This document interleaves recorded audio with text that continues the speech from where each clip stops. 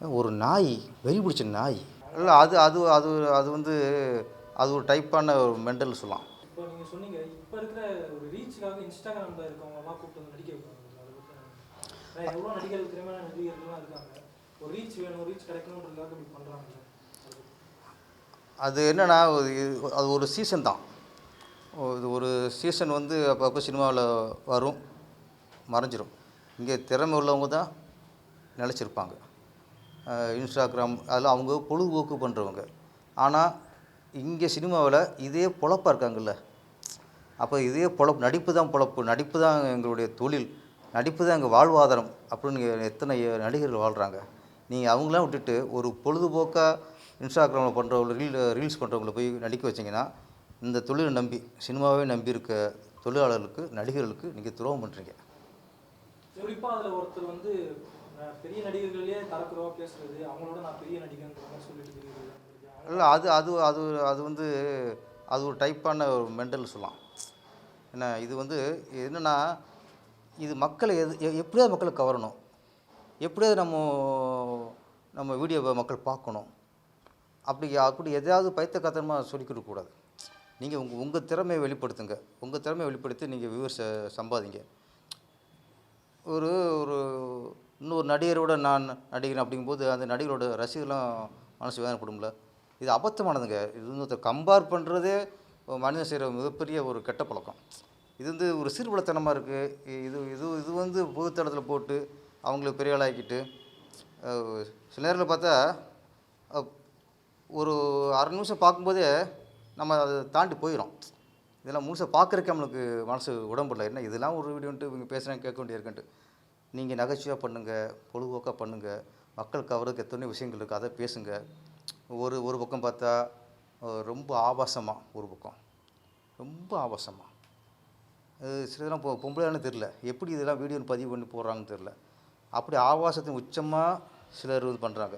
சிலர் இந்த மாதிரி சொன்ன மாதிரி ஒரு நகைச்சுவைன்னு உச்சமாக பண்ணுறாங்க. சிலர் அபத்தத்தின் உச்சமாக பண்ணுறாங்க. இதெல்லாம் கொஞ்சம் கண்ட்ரோல் பண்ணணும். இது வந்து எல்லாத்தையும் ஈஸியாக எல்லாத்துக்கும் சுதந்திரம் கொடுத்துடக்கூடாது. பத்திரிக்கை சுதந்திரங்கிறது ஒன்று இருக்குது. அதுக்கு அதை வந்து தவறாக சிலது இந்த மாதிரி சில ஆட்கள் அவங்கள போய் பேசி அவங்களையும் கொஞ்சம் பெரிய ஆளாக ஆக்கிவிட்டு இதெல்லாம் கொஞ்சம் அவங்கள கண்டுக்காமட்டால் அவங்கள கொஞ்சிடுவாங்க. இப்போ தாவேகா தலைவர் விஜய் வந்து அவரோட பேச்சுலையும் அதுலேயுமே வந்து விவசாயிகளை பற்றி குறிப்பிட மாட்டாரு, அவங்களை பற்றி எதுவுமே சொல்ல மாட்டாரு. அதை பற்றி நீங்கள் ஏன்னா விவசாயிகளை பற்றி சீமான் அவர்கள் நிறைய பேசுறாரு. ஆனால் இவர் ஆரம்பிச்சதுலேருந்து இது வரைக்கும் விவசாயிகளை பற்றி பெருசாக பேசவே இல்லை.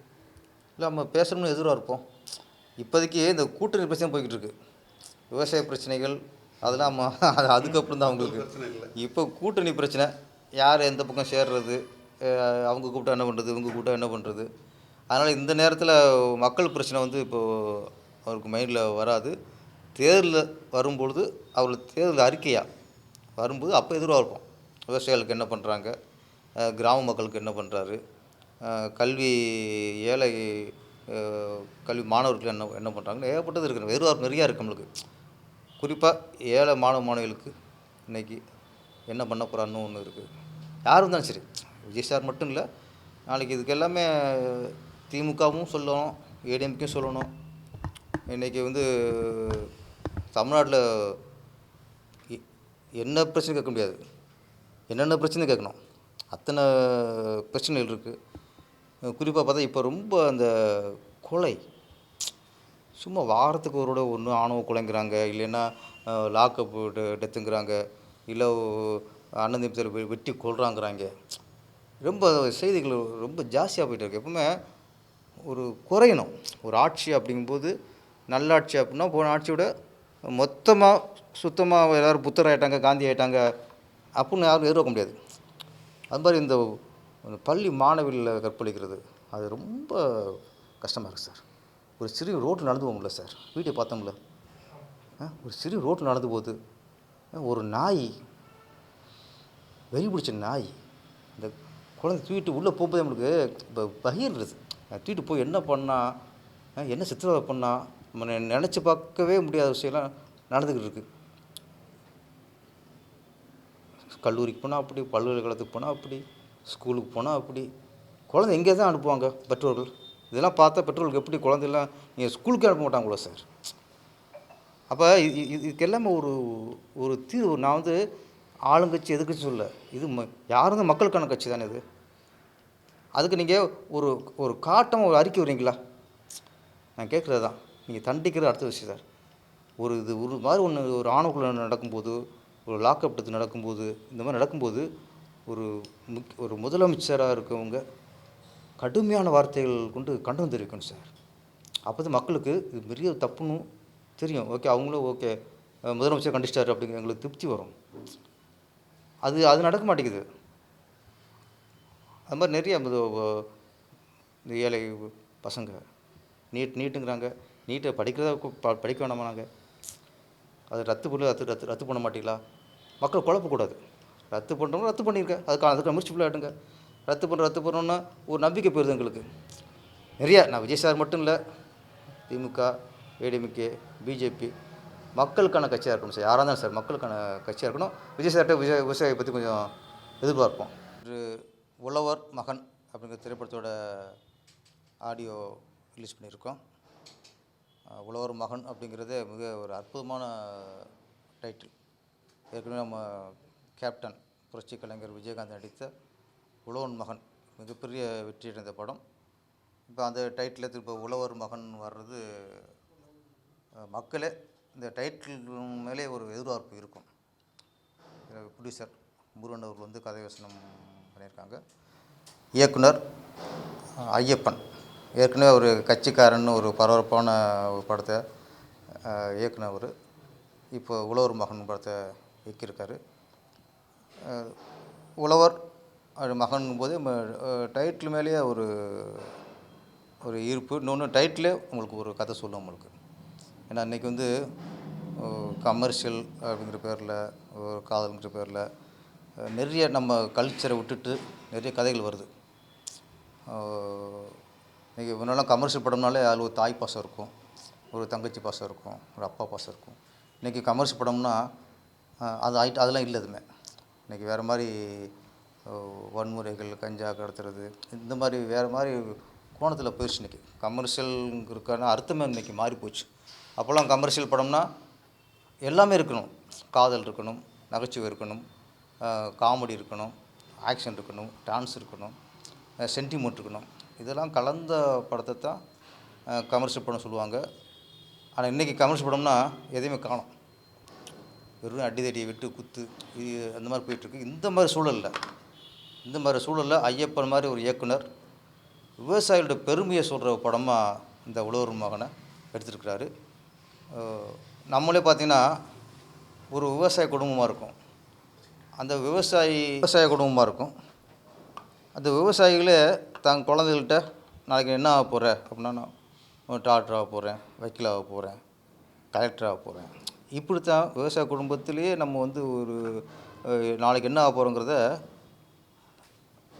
டாக்டரும் சொல்கிறோம், வக்கீலுங்கிறோம். யாருமே விவசாய குடும்பத்தில் நான் விவசாயம் ஆக போகிறேன் அப்படின்னு யாரும் சொல்கிறதில்ல, சொல்ல வைக்கிறதும் இல்லை. அதை வந்து நம்மளே கொஞ்சம் தாழ்த்துற மாதிரி இன்றைக்கு உள்ள சமூகம். இன்றைக்கி வந்து ஒரு முதலமைச்சர் பையன் முதலமைச்சர் ஆகிறாப்புல, ஒரு மந்திரி பையன் மந்திரி ஆகிறாப்புல, ஒரு டாக்டர் பையனை டாக்டர் ஆக்கிறாங்க, கலெக்டர் பையனை கலெக்டர் ஆக்க முயற்சி பண்ணுறாங்க. ஆனால் விவசாயியோட மகனை விவசாயி ஆக்குறாங்களா? அது இன்றைக்கி கேள்விக்குறி தானே. அப்போ விவசாயங்கிறது என்னமோ இன்றைக்கி அது ஒரு தீண்டத்தகாத மாதிரி ஆகிப்போச்சு. விவசாயியே இன்றைக்கி ஒரு தீண்டாமை மாதிரி இன்றைக்கி ஆகிப்போச்சு. நம்ம அன்னன்னைக்கு நம்ம சாப்பிடலன்னா நம்ம உசுறு போச்சு. 3 நாள் பட்டினி கிடந்தால் உசுறு போச்சு. நம்ம உசுரை காப்பாற்றுறது முதல்ல விவசாயி தான். அப்போ நம்ம வாழ்க்கையை காப்பாற்றுறது, வசதிக்கு பண்ணுறது, மற்றதெல்லாம் அதுக்கப்புறம் அரசியல் மற்றதெல்லாம். முதல்ல விவசாயி தான் நம்மளுடைய 2ஆம் தாய். முதல் தாய் நம்மளுக்கு தாய்ப்பால் கொடுத்து காப்பாற்றின பெத்த தாய். அதுக்கப்புறம் நம்ம உணவுன்னு நம்ம விவசாயி கொடுத்து தான் சாப்பிட்றோம். அப்போ 2ஆம் தாயான விவசாயியை பற்றி இன்றைக்கி யாரும் கவலைப்படுறதில்ல. அந்த கவலை அதோட வழியில் ஒரு அக்கறையோடு இந்த படத்தை நம்ம ஐயப்பன் இயக்கியிருக்கிறாரு. தயாரிப்பாளர் இந்த படத்துக்கு கதை வசனம் எழுதியிருக்காங்க. சமூக அக்கறையோடும் குறிப்பாக ஒரு விவசாயி மேலே உள்ள அக்கறையோடு விவசாயம் எந்த அளவுக்கு நாட்டுக்கு தேவைங்கிறத வலியுறுத்த ஒரு விழிப்புணர்வு உண்டாகுது அந்த உழவர் மகன். இந்த உழவர் மகன் மிகப்பெரிய வெற்றி அடைய வேண்டும். மக்கள் இந்த மாதிரி படத்துக்கு சப்போர்ட் பண்ணி ஐயப்பனை ஒரு சிறந்த இயக்குனராக, ஒரு பெரிய இயக்குனராக உருவாக்கணும். இந்த படம் வெற்றி மூலயமா அடுத்தடுத்து தொடர்ந்து நம்ம முருகன் அவர்கள் படங்களை தயாரிக்க வேண்டும். இந்த டீமுக்கு என்னுடைய ஒட்டுமொத்த வாழ்த்துக்கள். சுபலட்சுமி பிலிம் சார்பாக கே. முருகன் அவர் தயாரிப்பில் ஆகஸ்ட் 8ஆம் தேதி வெளியாக உள்ள உழவர் மகன் திரைப்படத்தின் இசை மற்றும் ட்ரெய்லரை வெளியிட்ட இயக்குனர் திரு பேரரசு அவர்களுக்கு என்னுடைய நன்றியை தெரிவித்துக் கொள்கிறேன். ஏன் ஒரு நிமிஷம் நான் கேட்டுக்கிறேன். ஓகே. உழவர் மகன் டைட்டில் வச்சிருக்கேன். ஆமாம். எதுன்னு விஜயகாந்த் வந்து உழவர் மகன்னு ஆமாம் சார். ரெட்டு எடுத்து நடித்து பெரிய ஹிட்டு கொடுத்தாரு. ஆமாம் சார். ஓகே. அது அந்த டைட்டிலுக்கும் இந்த டைட்டிலுக்கும் என்ன தொடர்பு, எதனால் வச்சு அதை? இன்றைக்கி விவசாயம் அன்றைக்கி நம்ம விவசாயம் ரொம்ப நல்லா இருந்துச்சு அப்போ. ஆனால் இப்போ வந்து விவசாயம் ரொம்ப பாதாளத்துக்குள்ளே போயிட்டுருக்கு.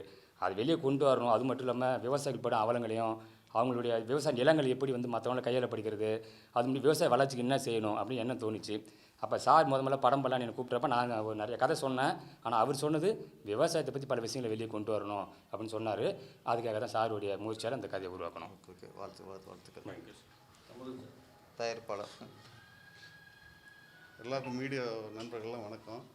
எங்களெல்லாம் மதித்து வந்த பேரரசு சார் டைரக்டருக்கும் என்னுடைய மனமாக நன்றியை தெரிவிச்சுக்கிறேன். இந்த மாதிரி அரேஞ்ச்மெண்ட் பண்ணி கொடுத்த சாருக்கும் நன்றி தெரிவிச்சுக்கிறேன். சரவணன் சாருக்கும்.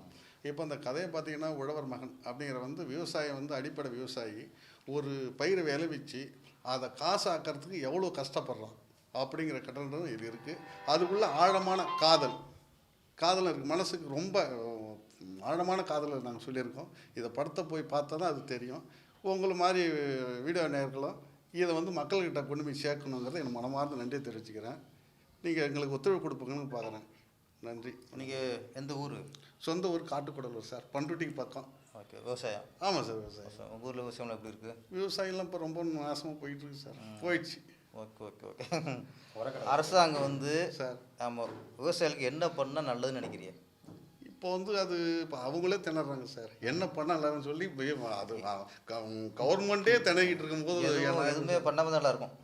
ரைட். இப்போ சொன்னீங்களா சார், இப்போ மக்கள் நல்லா தான் சார் இருக்குது. அவங்கள வந்து சோம்பேறாங்க. நீங்கள் சொன்னீங்களா சார், மக்களை வந்து சோம்பேறாக்க சொல்கிறாங்க.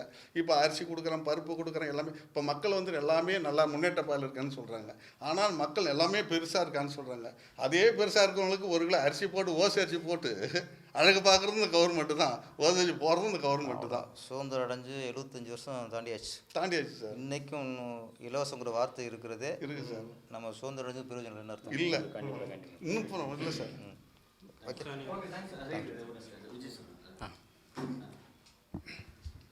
எல்லாருக்கும் வணக்கம். பத்திரிகை நண்பர்கள், ஊடக நண்பர்கள் அனைவருக்கும் வணக்கம். நான் கட்சிக்காரன் படத்தில் ஹீரோவாக பண்ணேன். விஜித் சரவணன் என் பேர். இப்போ வந்து நம்ம ட்ரெய்லர் 2 ஆடியோ ரிலீஸு நம்ம பேரரசு சார் ரிலீஸ் பண்ணார். அவருக்கு ரொம்ப நன்றியை தெரிவிச்சுக்கிறேன். உழவர் மகன் படம். ஸோ இந்த படத்தில் வந்து நான் ஒரு மிரட்டலான ஒரு வித்தியாசமான கதாபாத்திரம் பண்ணியிருக்கேன். ரொம்ப ஒரு டிஃப்ரெண்ட்டான கேரக்டராக இருக்கும். ஆல்மோஸ்ட் இது ஆன்டி ஹீரோ கேரக்டராக இருக்கும். ரொம்ப நல்லா வந்திருக்கு. படமாகவே கதையாகவே ரொம்ப நல்லா வந்திருக்கு. விவசாயத்தை முன்னுரிமை தந்து படம் எடுத்திருக்கோம். நம்ம முருகன் சார் தயாரிச்சிருக்காரு. ஐயப்பன் சார் கட்சிக்காரன் படம் பண்ண ஐயப்பன் சார் டைரக்ஷன் பண்ணியிருக்காரு.